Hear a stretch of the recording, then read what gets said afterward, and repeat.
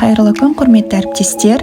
Спиральді оқыту әдісі қалай жасалатындығын мен қазір сіздермен бөлісетін боламын. Ол үшін ең алдымен Google-ға Fastezit деп жазамыз.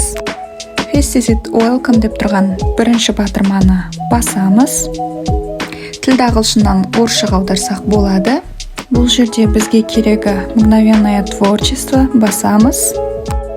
Көріп тұрғандарыңыздай, алдымыздан сабағымызға қажетті, әсіресе бағалауға оқушы қызығушылығын арттыратын шаблондар көп екен. Бұларды да суреттерін, сөздерін ауыстырып сабаққа тиімді жағынан пайдалануымызға болады.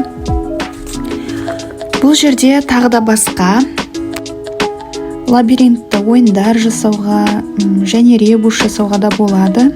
Алдағы уақытта жасап өздеріңізбен бөлісетін боламын.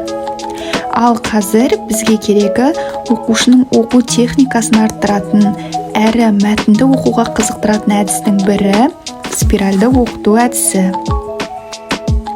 Көріп тұрғандарыңыздай, бізге бірнеше формада ұсынылыпты: шеңбер, сопақша, жүрек секілді. Соның ішінде мен біреуін таңдап көрейін. Текст деп тұрған жерге өздеріңіз сабақтарыңызда қолданылатын мәтінді алып келіп енгізесіздер.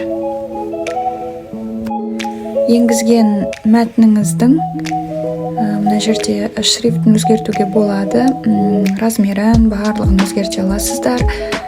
Одан кейін дөңгелек қалпында қалдырсаңыздар болады.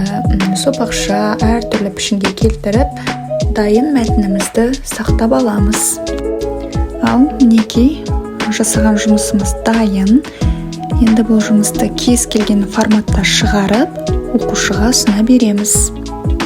Бұл әдісті барлық пәнге қолдануға болады. Өте қызықты әдіс, оқушыларға ұнайды деген үміттемін.